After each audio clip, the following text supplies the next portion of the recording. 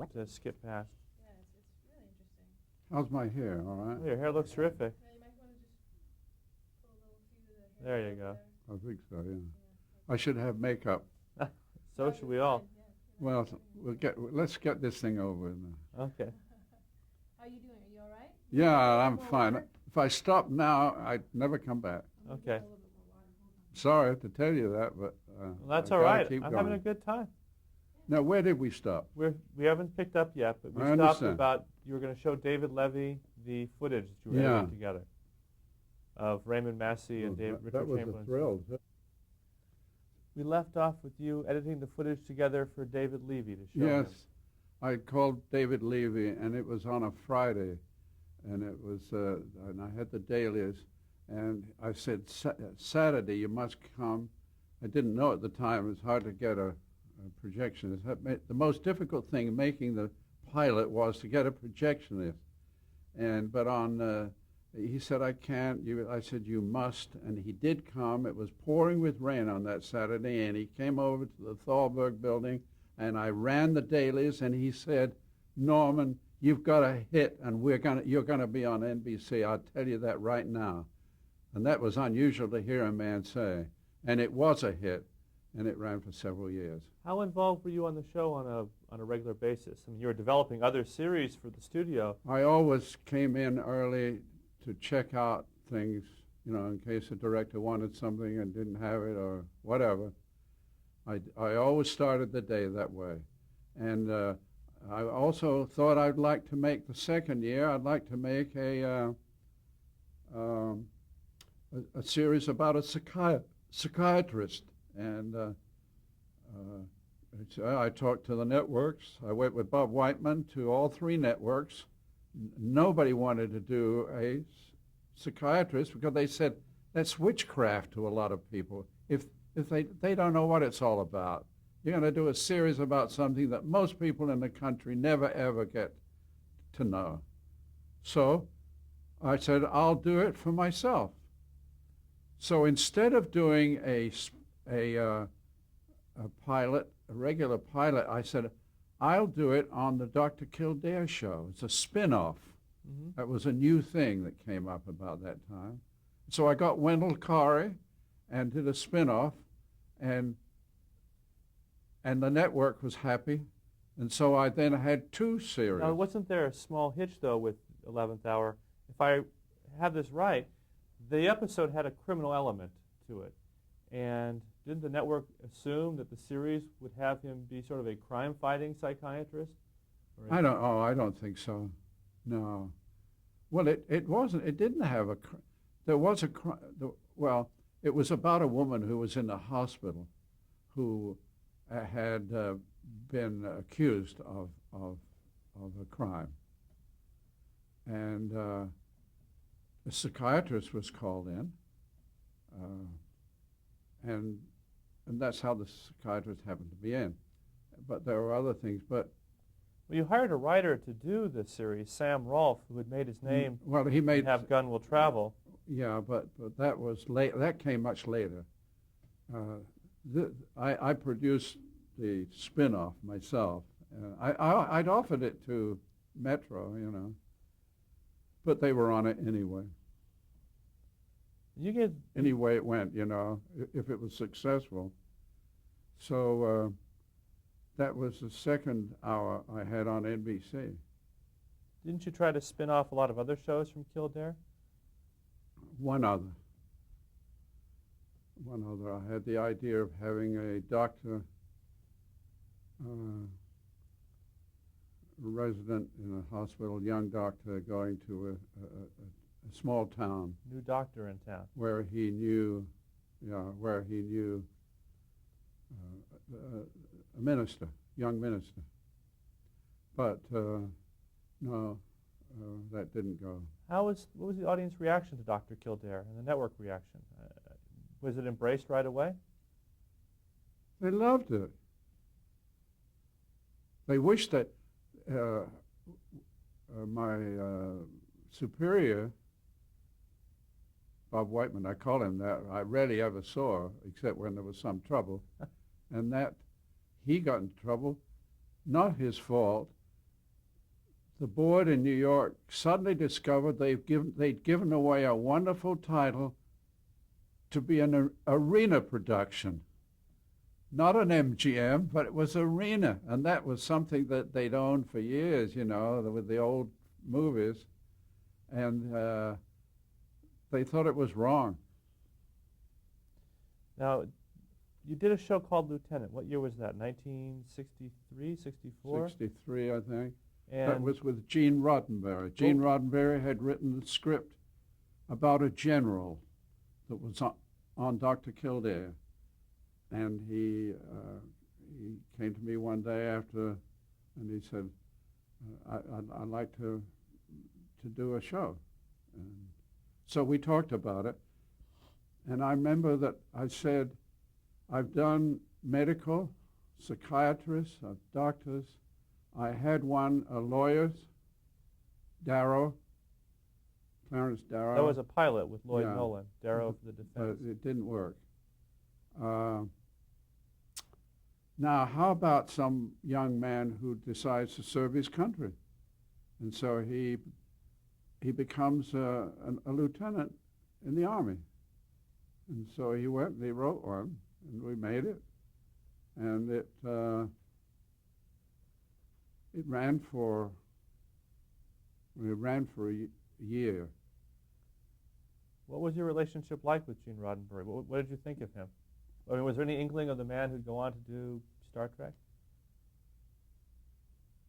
Well, he talked to me about one time, long after, about doing a series in space, like you talked about, in which there would be a crew going from planet to planet and so on. And I said, yeah, and think of all the sets you'd have to have and all the costumes you'd have to have,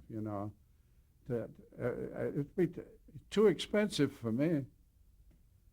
And when later he did it, and it was too expensive for Paramount too, because they only ran for 2 years and they quit because they were so far in the red.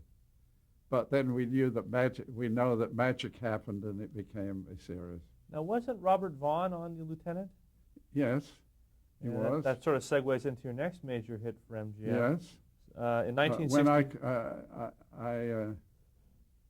I had a series called The Man from U.N.C.L.E, which is a big story. Well, let's start, if I understand it right, and please correct me, that in 1964, or 63 maybe, you were given a book by Alden Schwimmer at Ashley Steiner called Thrilling Cities. Yeah. And they asked you to develop that as a series, but you didn't think there was a series there. No, well, there wasn't a series there. It was just the reminiscences of a man who went to various cities. And that man was? And that was Ian Fleming.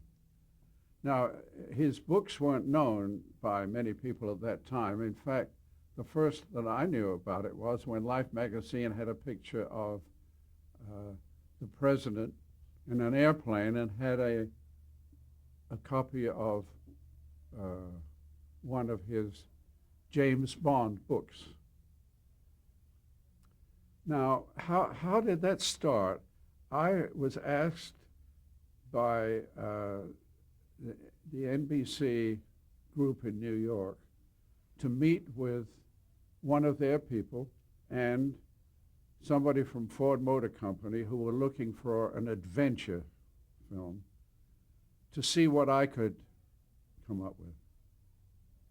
Well, I was so busy now, at one time I had 3 hours on one network, my Arena Productions, Did that Dr. give Kildare, the 11th Hour, and the Lieutenant. Did that give you leverage? And I was busy, but I was well known. I mean, the other networks were offering me to leave, Metro and so on, all that. But the time came, and I was so busy, I tried to read scripts and see dailies and see answer prints, and, it was too much, really, as I found out later. But on this particular day, I was going to the Beverly Hills Hotel in my car, and I thought, geez, they want to have this breakfast meeting, and what am I going to tell them? What is maybe I should do something different, a mystery. Like, I remembered when I was a kid, I liked the Oppenheim stories, and I liked Buchan's work and things like that. Maybe I can do something like that. And as I pulled up the driveway at the Beverly Hills Hotel, there was a catering truck stalled, and an engineer's truck,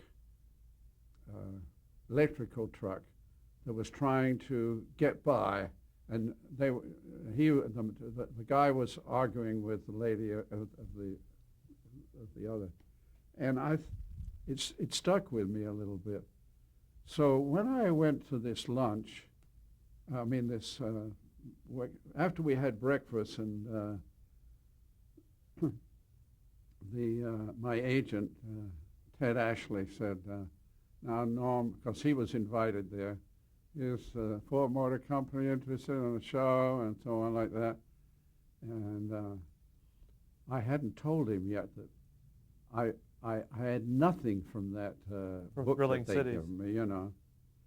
But I said, well, let me tell you folks, there's a very interesting thing has happened, that we are sitting having breakfast right here, because they had padded doors in the Beverly Hills Hotel between suites, so that, you have privacy. I said, behind that padded door, there's a man that came in just this morning, and he is so interesting. He's a novelist, but I've heard that he does special assignments for the United Nations. And he, and somebody, I think, said, well, how do you mean the United Nations? I said, well, the Secretary General actually is the one that he is, and I said, there's a lot more I can tell you about it, but I will let you know these facts that I know, and that is that his father was an electrical engineer at the Cap Frontenac in Quebec. His mother was a cook there. And these I got from the argument outside, right. And I said they had a son, and he was Canadian by birth.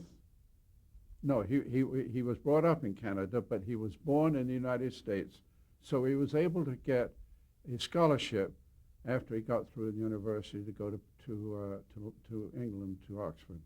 And I said, and I went on developing him a bit, and finally they found You realized you were pitching they something. were interested. Yeah, they started to laugh, and the guy from Ford Motor Company said, "Tell me a little bit more about that fellow with the, how you would be." I said, "Well, you could be, for instance, if you can imagine him having his shoe shined, and across there is the United Nations, and coming around the building, he sees a car. It's got 3 women in it. And as they pass him, they speed up, and he gets up, and he follows them." And there was some other things. I can't even remember what they were now, but they were intrigued by the idea of something that was mystery, but it's on a high plane when you're talking about So the guy with the Ford Motor Company said, it's a bit like the Bond things, the way you told that. But he said, if you say to me, if you were to go with Ian Fleming, I'll bet the 2 of you could come up with a series. And that's how it started. So you I went to New York, and they got Fleming to come over, and we met in New York and spent time there. You developed a series with him, I think, that was called Mr. Solo. That's the right. precursor to Man from U.N.C.L.E. Yeah. What was Ian Fleming's involvement, and Well, why didn't he stay with he the show? hadn't much involvement. I met I walked a lot with Fleming in New York because he had had a heart attack and he was supposed to walk, and I got so tired of walking around Manhattan. And every time I try to bring up this, we're supposed to come up with an idea, develop, I told him about the thing that happened in the Beverly Hills Hotel, which he loved. And he said, I like your character because the way you told it, it was so different from a character I have, James Bond. By this time I knew that he had a thing called Right. James Bond. He said, because James Bond wouldn't have a background like you suggested. So that's great, he said. But then he'd go telling stories about how he worked for the M1 and the Admiralty during the war because he was a secret attaché of an admiral. And he'd tell me a lot of stories about the things like that happened in his life. We'd never get him back to the thing we were there for, till finally one evening I went up to late in the night after dropping him off at his hotel with another of those long treks, and I borrowed a typewriter. I'd made arrangements for it in Ted Ashley's suite, and I went in and I sat at a typewriter and I wrote about this character that I had ad-libbed and a little more development and some springboards for stories and things. And the next day I showed them to him, and he said, hey, they're pretty good. I wish I'd like to borrow a couple of those. I have to go now and write another novel, and I can't think of anything. I said, well, you can lay off these are mine. And he laughed. And he said, let me take them and come back this afternoon. So, okay, that's what I did. I came back in the afternoon, and he handed me some telegraph blanks. And he'd written in ink things like a death in Morocco, weird things like, I can't remember. But he them did all give now. you the name Napoleon Solo for the hero. Yes. He said, why don't we call him Napoleon Solo? And I thought, why Napoleon? He said, well, it's a good name, it goes well with Solo. What I didn't know was that Solo was a name that appeared in one of his James Bond's books for a character who was a bad man. But he never told me that. As time went on, there came a time with it was very complex, the negotiations that went on, and he had to drop out because he had this bad heart, and then the network didn't want to go any further, and then I got Sam Rolfe involved, and had him write a whole prospectus of the Wasn't organization of U.N.C.L.E. So Sam Rolfe came up which with was all U.N.C.L.E. Sam Rolfe's, and it was very good. They liked it, though, but they weren't going to give us an order since we weren't going to make a pilot at that time. But I kept it alive, and, we eventually did it. So Well, I imagine it was good timing. You did the U.N.C.L.E. pilot around the same time the James Bond films were taking off. yeah.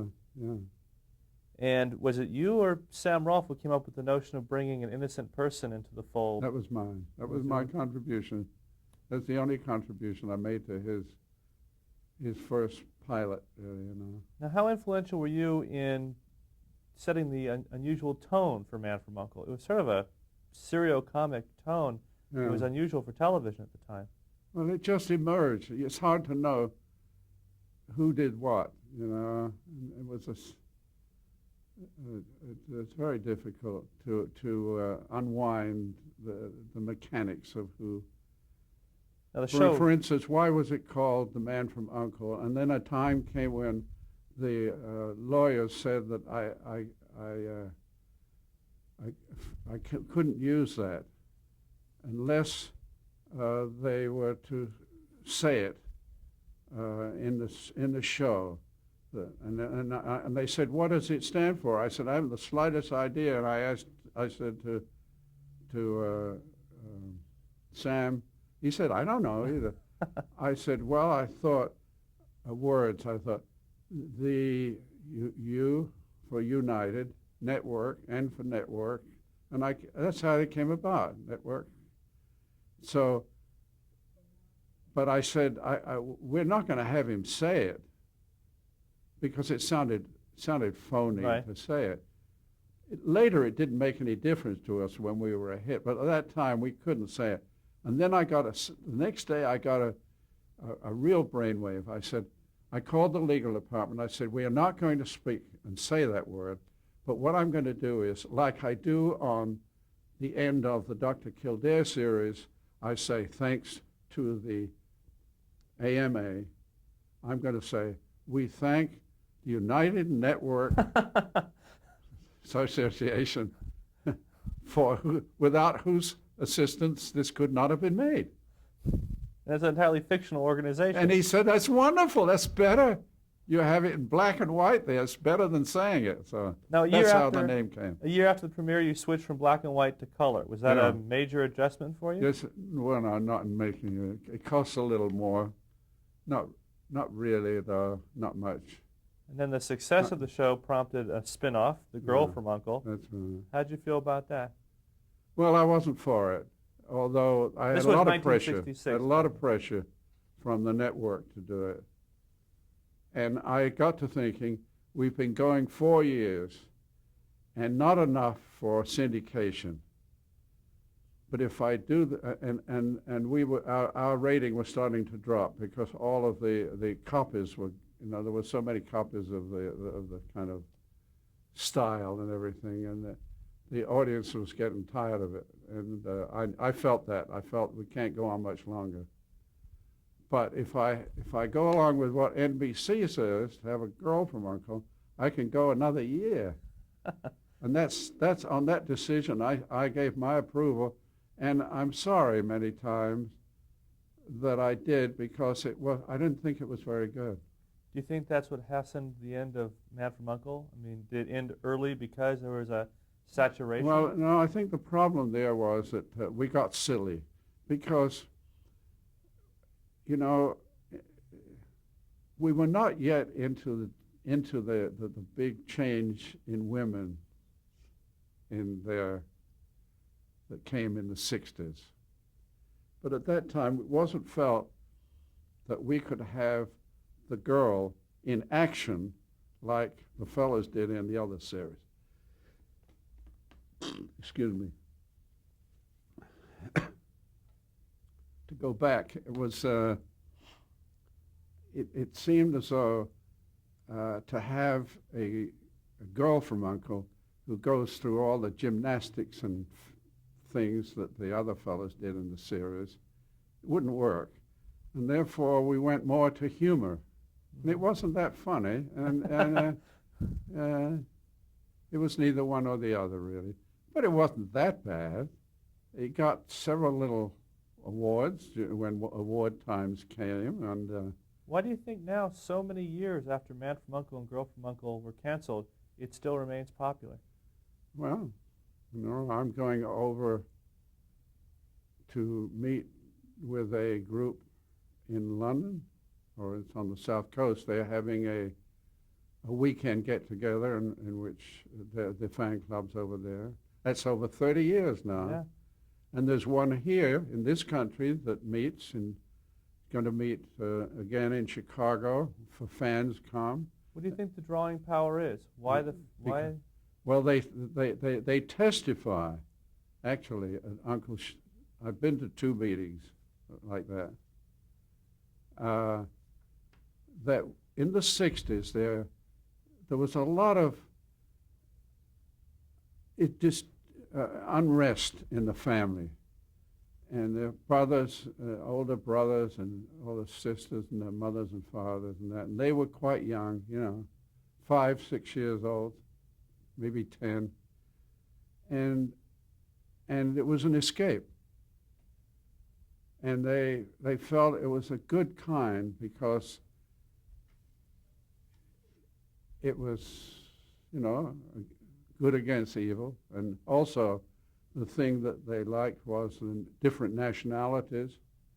And that came about in a story that sometime I'll tell you why it is that I cast two men in the leads who were short and not big, husky men. Tell us right now. Well, I did it because on business of Dr. Kildare, I was in London for a meeting, and when I was leaving, a lady who was a comptroller came to me and said, "Why is it in America that you always have leading men who are big, tall, sexy, so-called looking fellas? Why? And why are they always American?" I said, "I don't know. I guess I guess because that's what people seem to like when they see you." But the more I thought about it as time went on, years went on, when it came to do The Man from U.N.C.L.E, I thought, I'm not going to do it. And that's what made me like David McCallum and Robert both of them, yeah. That they were slim and they were not big, as they used to say, ballsy men. And that's the They still say expression that. that was used. So it worked. And I think today some of the kids say that's something that they feel they could identify more with because they were younger than most of the heroes you saw in the Western shows and that. Now, after Man from U.N.C.L.E and your MGM period winded down, in the late 60s, didn't you go to England for a short period and do some shows over did there? a series over there called... To be what, 1969?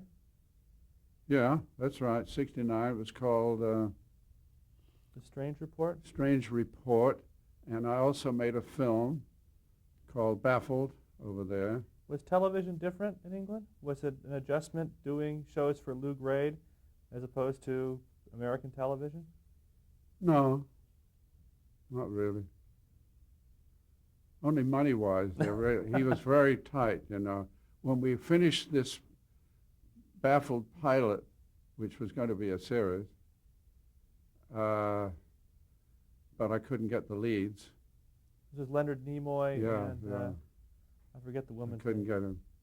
Susan Hampshire. Great cast with them, you know. He said, "Gee, you've made it, Norman, on budget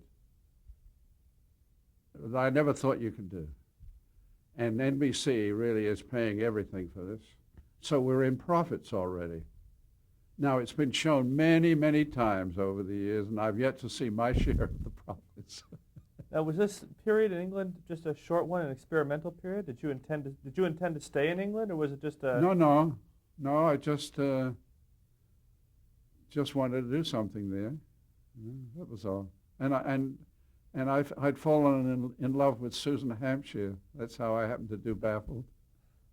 I saw her in the Forsyth Saga, which was very popular in this country.